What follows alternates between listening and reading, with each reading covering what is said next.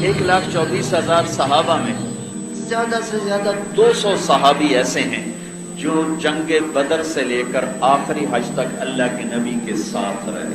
200 زیادہ سے زیادہ 200. کوئی کسی جنگ میں ہے, کوئی کسی میں ہے, کوئی کسی یہاں نہیں, کوئی وہاں نہیں.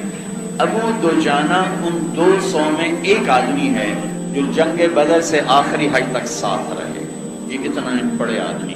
احد کی جنگ میں آپ نے تلوار اٹھائی, کہا یہ تلوار کون لے گا؟ کئی صحابہ کھڑے ہوئے تو آپ نے فرمایا اس کا حق کون ادا کرے گا؟ تو سارے پیچھے ہٹ گئے, صرف 3 آدمی کھڑے رہے, حضرت زبیر, ابو دجانہ اور حضرت عمر رضی اللہ تعالیٰ عنہ. تو آپ نے وہ تلوار نہ زبیر کو دی نہ عمر کو دی, ابو دجانہ کو وہ تلوار تھی. یہ میں تھوڑا سا ابو دجانہ کا آپ کو خاکہ بتا رہا ہوں تاکہ آگے جو کچھ انہوں نے کہا ہے اس کا وزن آپ کو معلوم ہو سکے.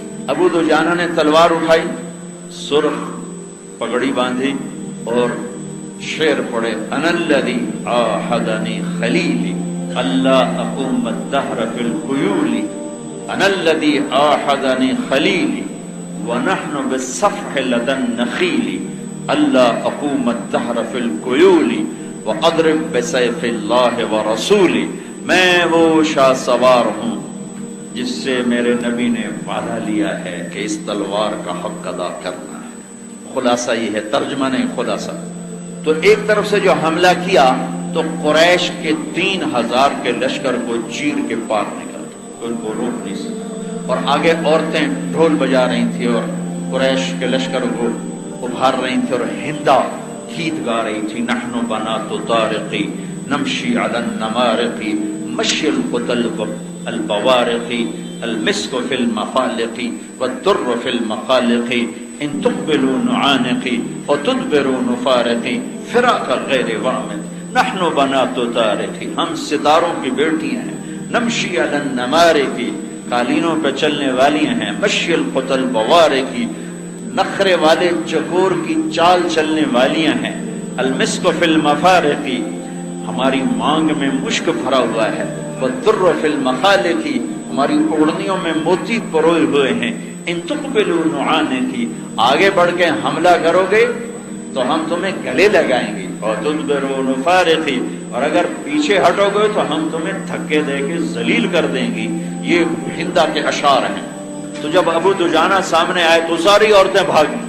ہندا کے بھاگنے سے پہلے ابو دجانہ پہنچ گئے, اس کے سر پہ تلوار رکھ لی تو اس کی چیخ نکلی, تو تلوار پیچھے ہٹا لی. تو پیچھے زبیر بھی, حضرت زبیر کہنے لگے میرے جی میں آیا کہ میں اتنا شاہ سوار, مجھے تلوار نہیں دی, ابو دجانہ کو کیوں دی؟ میں تو پھوپھی کا بیٹا بھی ہوں, مجھے کیوں نہیں؟ میں دیکھتا ہوں یہ کیا کرتا ہے. تو وہ پیچھے پیچھے تھے, پیچھے پیچھے. تو تلوار ہٹائی تو زبیر کہنے لگے یہ کیا کیا, چلائی کیوں نہیں؟ کہ اللہ کے نبی کی تلوار ہے, عورت کے خون سے رنگین کر کے اسے خراب نہیں کرنا چاہتا. کمزور پہ اٹھانا اس کی شان کے خلاف ہے. میرے نبی نے کہا تھا حق ادا کرنا ہے, تو کمزور پہ اٹھانا, کمزور کے خون سے داغدار کرنا اس کے حق کے خلاف. تلوار واپس, پھر پیچھے مڑے, پھر پلٹ کے حملہ کیا. تو سامنے ایک قریش کے لشکر میں تھا, لوہے میں فرق جیسے ہاتھی ہوتا. زبیر کہنے لگے میرے جی میں آیا کبھی اس سے ٹکر ہو تو پھر میں دیکھوں ابو دجانہ کیا چیز. تو اللہ کا کرنا ایسا ہوا کہ وہ دونوں آمنے سامنے آئے.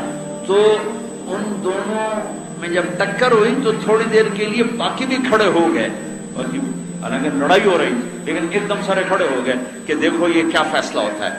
ابو دجانہ دیکھنے میں بہت کمزور نظر آ رہے ہیں, ذرا بھی پتلی سی, اور وہ لوہے میں 6 فٹ سے اوپر اس کا قد اور ہاتھی کی طرح. اور زبیر کی تمنا ہے کہ میں دیکھوں یہ اس کو گرائے تو پھر میں کہوں گا کہ واقعی تلوار صحیح جگہ گئی, ون ان کے دل میں تھا مجھے کیوں نہیں تھی. تو جو ان دونوں میں ٹکر ہوئی ہے کہ شجاعت بھی آش آش کر اٹھی, اور دونوں طرف سے کوئی زیر ہونے کے لیے تیار نہیں, اور چاروں طرف شاہ سواران رک گئے. قریش کا لشکر بھی, اہل ایمان صحابہ کا لشکر بھی, کہ یہ کیا نتیجہ نکلتا ہے. آخر اس قریشی نے جو تلوار کا بھرپور وار کیا, ابو دجانہ کی اس کو توڑتا ہوا سرا کو ان کے کندھے میں اتر گیا. ابو دجانہ نے زخمی شیر کی طرح جو بڑھ کے وار کیا, اس نے آگے ڈھال کی, ڈھال کو توڑا. اس نے دوہری زرہ پہنی ہوئی تھی, 6 فٹ سے اوپر قد تھا. یہاں تلوار لگی، یہاں زخمی ہیں ابو دجانہ، اور جو تلوار اندر گئی ہے یہاں آ کر 2 ٹکڑے کر کے پھینک دیے کہ ادھر 2 ٹکڑے ہو گئے اس کے۔ تو پھر آپ نے ایسے ٹوپی اتاری اور کہا ہاں کیا دیکھتے ہو، انا ابو دجانہ، کیا دیکھتے ہو؟